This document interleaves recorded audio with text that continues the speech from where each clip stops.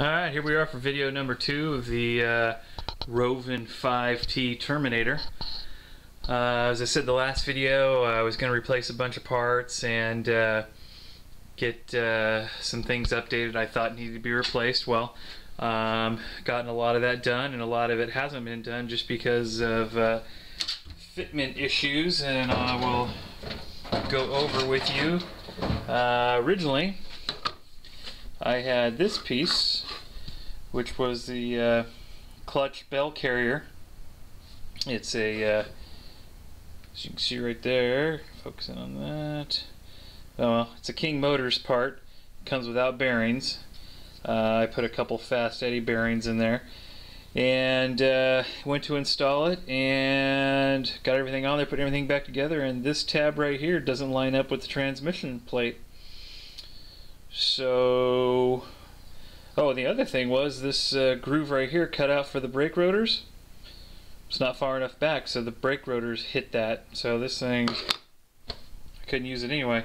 Of course, I called the guy Dan LC4, or emailed him, I guess I should say. I got him from on eBay, and of course he says, well, I've never had a problem with those, and you know, whatever.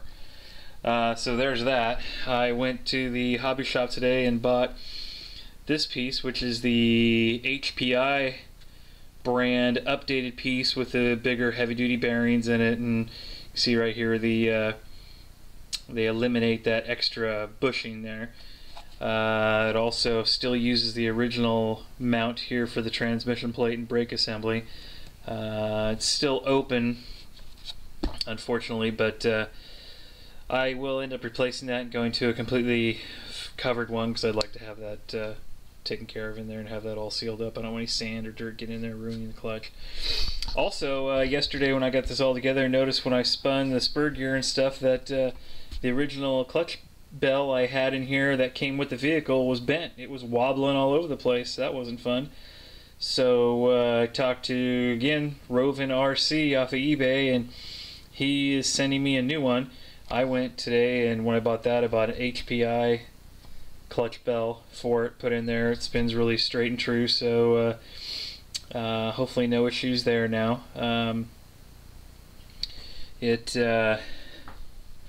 a lot of the videos I've seen of people having clutch problems in here, I'm wondering if it's because these things aren't true, because the clutches are just destroyed right off the bat, and I wonder if maybe that's what's going on.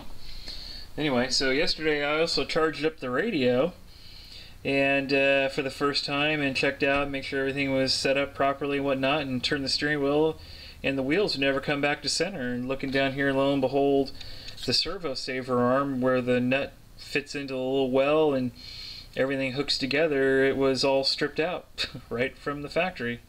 Yay. Luckily in the bag it comes with a new arm. I just discovered today after talking to the seller of the product, and he's sending me a new one, but I found a new one in a parts bag that comes with.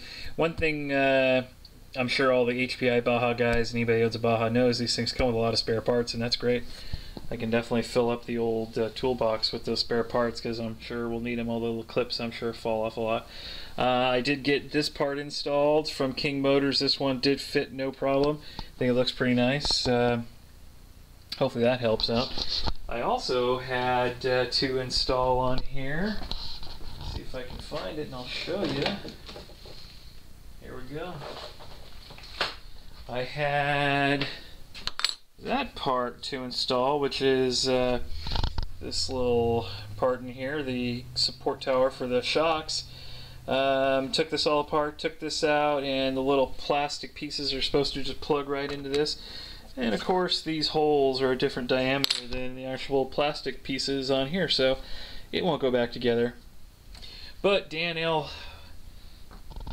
L4C, whatever his name is, from King Motors there on eBay and RC Universe, told me that, oh, he assures me that they work just fine, and if it doesn't work with my plastic parts, that he's got some nice machined aluminum ones that he'll sell me that'll work just fine.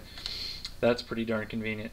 So I was hoping I'd get to start it today, but didn't get to do that. I wanted to make sure that all these parts were replaced, and that I did not want to start the thing with that bent clutch bell on there. That just, to me, spelled disaster. I didn't think that was going to work out.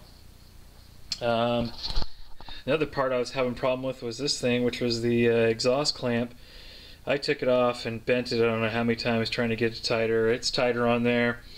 Still doesn't look good though. I think I'm going to have to replace it. And I saw that Fast Eddie makes a actual bolt-on clamp that goes over this thing. That looks fantastic. I'm going to order one of those. I bet that'll work great. You know, I'm a little skeptical on this big quarter scale servo. I mean, the thing is freaking beautiful. The machined orange aluminum body on it and everything, but I just don't think it's going to last. If anybody out there has got some suggestions on a new direct fit servo, I want a servo that's just going to drop right in there.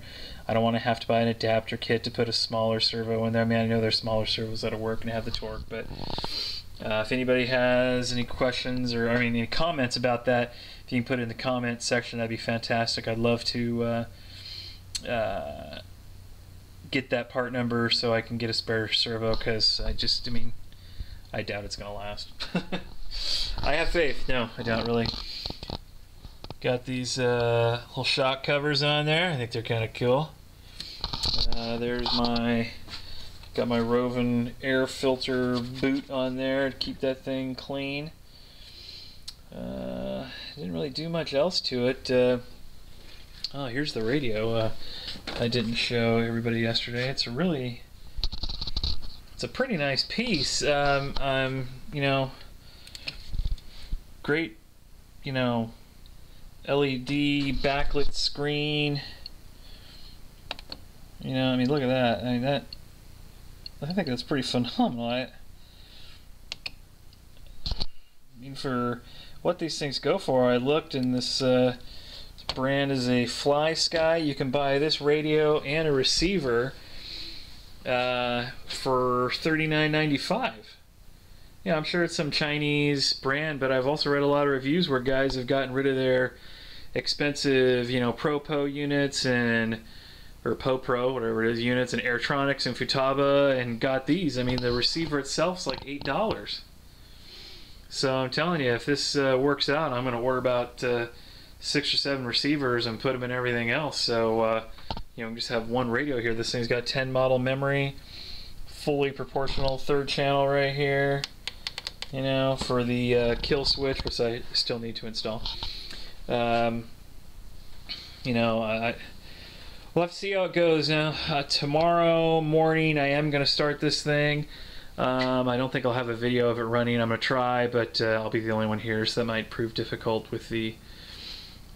I don't have a tripod for the camera. I used to. I think I got rid of it in a garage sale.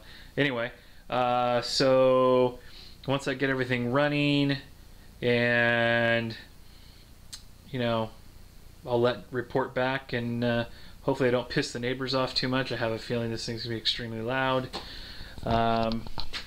Look for that piece very soon on eBay if anybody wants it. Hey, it'll be for sale. It's a brand new piece.